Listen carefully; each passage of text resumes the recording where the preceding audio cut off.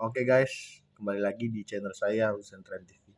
Nah, di video saya kali ini saya akan menjelaskan cara memasuki pasar internasional ya. Oke, di era zaman sekarang ini untuk memasuki pasar internasional itu sangatlah mudah ya. Bisa dijangkau dengan akses internet ataupun akses lainnya ya. Oke, berikut adalah untuk cara memasuki pasar internasional ya. Oke, sebelumnya untuk memasuki ini kita kasih tahu dulu ya untuk pengertian pasar internasional ya. Oke, jadi pasar internasional adalah di luar negara asal perusahaan ya. Misalnya si A adalah perusahaan yang didirikan oleh negara Indonesia. Oke, sampai sini paham ya. Pasar internasional bagi si A adalah di luar batas geografis negara Indonesia ya. Jadi untuk pasarnya itu kita itu contohnya menjual barang ke luar negeri ya, pasarnya bukan di negara Indonesia ya. Nah, kemudian jika si A menjual produk ke Malaysia, maka Malaysia adalah pasar internasionalnya ya, oke. Karena karena didirikan di negara Indonesia, maka A mengikuti aturan hukum yang berlaku di negara Indonesia ya. Nah, ketika si A ataupun si Indonesia ini ingin memasuki pasar internasional, maka si A harus memenuhi bagaimana hukum yang berlaku di negara tujuan ya. Oke.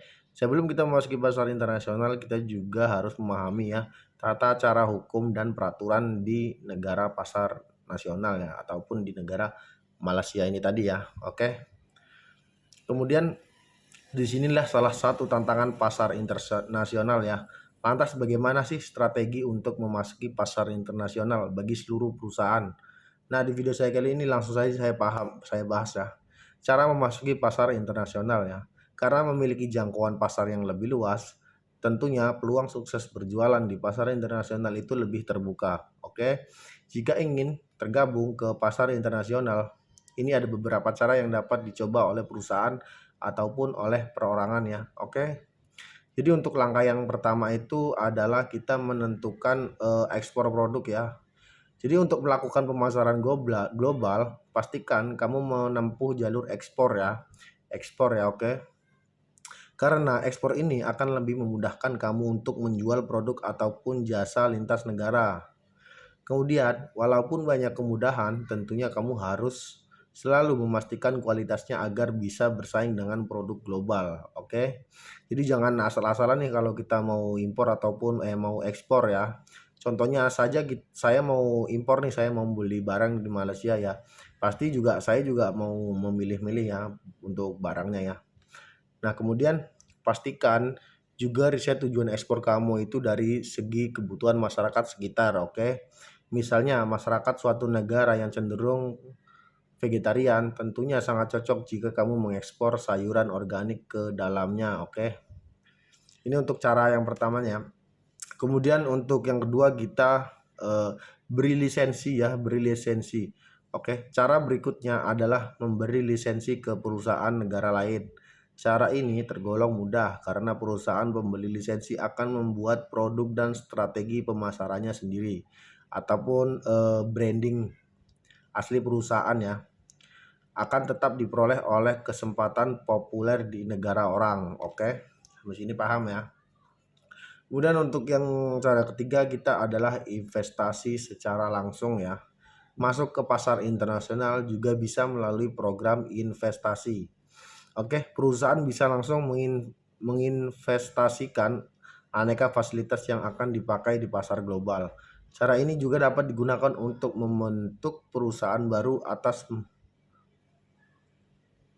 atau mengakuisisi perusahaan sebelumnya ya. Oke.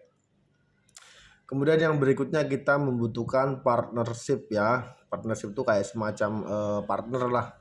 Partnership ataupun pig banking merupakan kerjasama dengan perusahaan yang tidak bersaing. Tujuannya untuk menjual produk secara global ya dan secara risiko tergolong rendah, oke. Akan tetapi untuk melakukan cara ini pastikan tidak ada true issue dengan perusahaan partner, oke. Kita harus menjalin kerjasama secara terbuka maupun baik ya antar perusahaannya. Oke, kemudian kita membutuhkan joint veteran ya. Untuk joint veteran adalah perusahaan tergabung di pasar global dengan mendirikan anak perusahaan baru. Jadi ada perusahaan yang besar nih kita buat anaknya seperti itu ya. Kemudian akan tetapi untuk di pasar internasional salah satu dari perusahaan tersebut harus lokal jenisnya. Oke, pahami ya, harus lokal jenisnya ya. Sementara itu perusahaan satunya Sementara itu perusahaan satunya lagi bisa dari negara berbeda ataupun sama ya. Keuntungannya adalah mudah masuk ke pasar internasional sekaligus memahami budaya dan kebutuhan masyarakat negara target. Nah, untuk berikutnya kita buka franchise ya.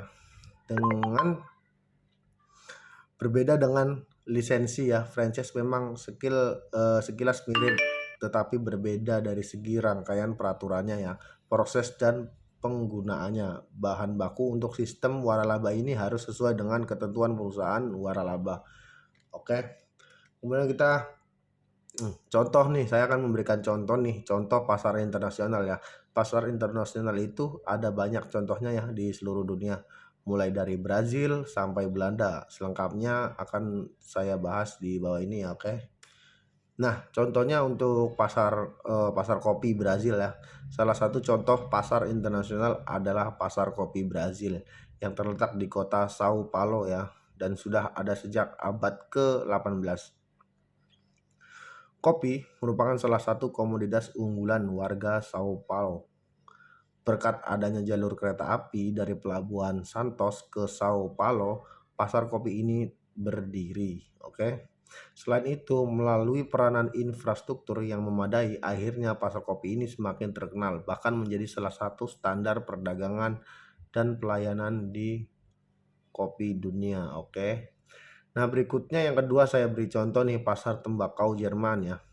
Awalnya, pasar tembakau Jerman di negara ini beralokasi di Belanda, akan tetapi dipindahkan ke Jerman karena pemutus hubungan dagang dengan politik antara Indonesia dan Belanda pada tahun 1958. Alhasil, dipindahkanlah dilakukan ke Jerman agar suplai tembakau tetap berjalan. Indonesia berhasil memasarkan tembakau berkualitas secara lebih luas melalui pasar internasional ini. Nah, oke. Yang berikutnya kita pasar permata Belanda ya. Pasar internasional ini berada di Amsterdam, ibu kota Belanda. Hal utama yang ditawarkan di market jenis ini adalah permata. Akan tetapi ada hal lain yang juga turut ditawarkan seperti tour keliling Amsterdam sebagai nilai tambahan ya. Karena di Amsterdam ini di situ banyak contohnya tempat wisata ya. Permata yang dijual memiliki kualitas nomor wahid yang tertentu, harganya sangat tinggi ya. Ini wahid ini artinya kualitas terbaik ya dari antara produk yang lain.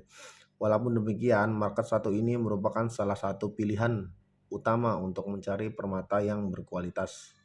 Oke, strategi memasuki pasar internasional, oke.